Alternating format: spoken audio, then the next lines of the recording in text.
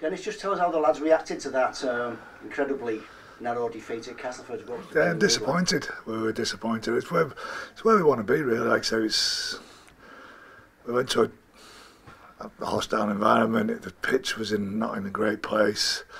Like I say, you train all pre-season on a real good surface, and at Castleford have the same thing. They want to play on a firm, fast surface. We handled that really well. We rode out the storm of what Castleford would be after the week before, when they felt like they got on the end of a hiding.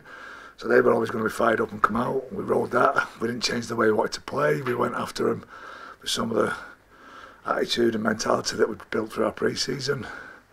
Like I said, there were just a couple of errors in their first half, and one error especially towards the end, which gave them an opportunity.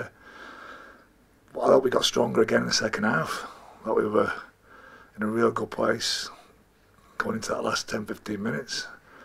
And the lads are disappointed because they also felt that they'd done enough to win the game, and a couple of decisions that were quite fundamental the referee couldn't get right, and the linesman couldn't get right. And when you lose a game on the back of a forward pass or an offside decision, then you become a little bit disillusioned that no matter how much effort and energy you put in, and you always feel something else has let you down.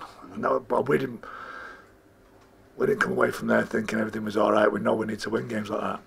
But what we will do is we'll use that game, how we manage those last 4 or 5 sets, sat down already with the halves, and they know what they need to do better next time. So if we can use it in any way, we can use the fact that it's disappointing not to get the 2 points, but we didn't really lose the game. We just didn't manage it the way we should have managed it, and we'll do that better in the future. The drop goals at the end to try and level the scores were from further distance out, especially in those conditions, 30 odd metres I think. Do you feel that the setup for those? Poor, really poor, really poor. Again, I put my hand up as well, and we've done a little bit of it, but we haven't done enough this early in the year. Can we practice those situations? But but I think both the halves, both Joey and Gilly, recognise that they've got to take control, but they've been, like I say, it's been a pretty fatiguing game, and it was, like I said, the surface wasn't great, everybody's heavy-legged, it's the last 2-3 minutes, but that's the difference between a side that knows how to manage, and the experience that Luke Gale had when he took the 2 points, and then they took the put, then when they got some field position, they took the one, just to give them that little bit of a breathing space. Shows good game management and a little bit more experience. You had 2 players drop out on the day in the same position, as it happens. These things sent to try, aren't they? But Danny Walker stepped in. I think everything we always think Danny Walker is, he delivers. Again, it's nice. It's nice that he gets that opportunity and we've got somebody to fall back on. Like I say, as an 18-year-old kid that has trained with us and worked with us and knows exactly what we're supposed to do, or knows what he's supposed to do, then steps in and plays 80 minutes in a game like that and looks like he's been there for the last 10 years. That's the quality of the kid, and like I say, he's on a path at the moment, and we just have to keep helping him get to where he wants to get to. Must have been pleased overall with the defence, Dennis. I know it was probably a good day for defending in a sense, but still, your goal line defence especially. Yeah, we've worked hard at it this pre-season, and we've worked hard at making sure that we're a little bit more resilient. Consistency in our performance is some of the other key, and that comes across both sides of the ball. I think we showed good consistency in our defensive efforts. Everybody did their job repeatedly, and I think that's understanding what your job is and then just keep doing it and not getting bored with doing it. That's the part of being a good defender. It's hard. It's because it's not exciting. Nobody claps it all the time, and the rewards are there from your teammates and the review at the end of the week. I think, we feel like a different beast at the moment from our pre-season and how hard we've worked. What we've got to do now is deliver on what we spoke about in our pre-season and being a bit more consistent in our performances. Say that we've put 2 really good performances together. Now we have to come and put a 3rd one together against a very tough opposition who are also hurting from the fact that they've got no points on the board. Did you come out with any injuries, do you know, from Sunday?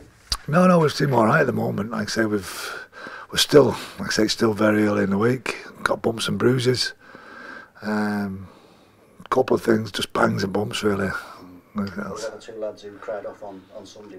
And we're still waiting on them, like I say, again, because it's such a tight week. Like they both only got, like Aaron and Lloyd both only got ill at the end of the week, and then you turn it around to Friday, can they get them on the training field, and can we get them back to the levels that we need them at? You said, I think, a couple of weeks ago, Alex Gerrard was close to being ready for selection. Is he in the mix this week? He's not, no, he's not. There's 3 or 4 of them that are Danny Craven, Alex, Ryan Ince. Those are kind of lads, they're not far off now. And I say this week is probably their big training week, but leading in, like I said, we've not done enough with them to give them an exposure at such a crucial point. Outside of the 17 that played on Sunday then, and the 2 lads who may or may not be back, is there anyone else pushing for the goal this week? Like I say, you saw Wilder came on and weekend and pushed himself really hard. McGrath Luluwai's back in the mix and training, fighting to get into the team. Stanton's working really hard. Like I say, so we've got 3 or 4 lads that are competing to get in the side. Ed Chamberlain took he's got a bit of a pull to his groin, but he's working himself into a point where he's trying to get into the team. So we've got players that are working. Like I say, I put JJ out on loan because it looks like we're okay. He plays against Dewsbury when he would have played against Castleford. They're the risks you take when you're trying to get lads game time. You can stack them and nobody gets any game time because nobody gets hurt, or you send them out and all of a sudden you get a couple of bumps and bruises. You mentioned Warrington briefly before. What have you made of their start? I mean, there's a lot of expectation on them. There always is expectation. They're the massive side. They've got great support. They're well funded. The expectation of where they've been over the last 8 to 10 years has driven them into a point where everybody looks at them every year and everybody wants a little bit more. Like I say, the recruitment's been really good. I think, like I say, Bryson Goodwin is a fantastic player. Like I say, he's only going to get better. I think across their team, they've got players that are going to keep adding, and lads that have come back and playing well and getting fit. Chris Hill is probably close to being the best front row in the world. Like I say, after working with him in Australia, he's that good. He's a great player. Saying Darryl Clark's starting to find his feet a little bit. So it's a dangerous group of players, and they're in a dangerous position at the moment as well because they need a win. Like I say, everybody looking at them and saying they need a win. They're probably looking at this fixture thinking it's their chance to get a win, and we're looking at them thinking, come on, let's bring it on. Let's have a big clash. Like I say, nobody else, I think there's only 2 other games on that this weekend because of the World Club Challenge, and it's exciting. It's an exciting weekend. I think if you've seen any of the first 2 games and you know where we are, you know how desperate Warrington are, you get yourself down here on Friday night, and it's going to be a fantastic experience.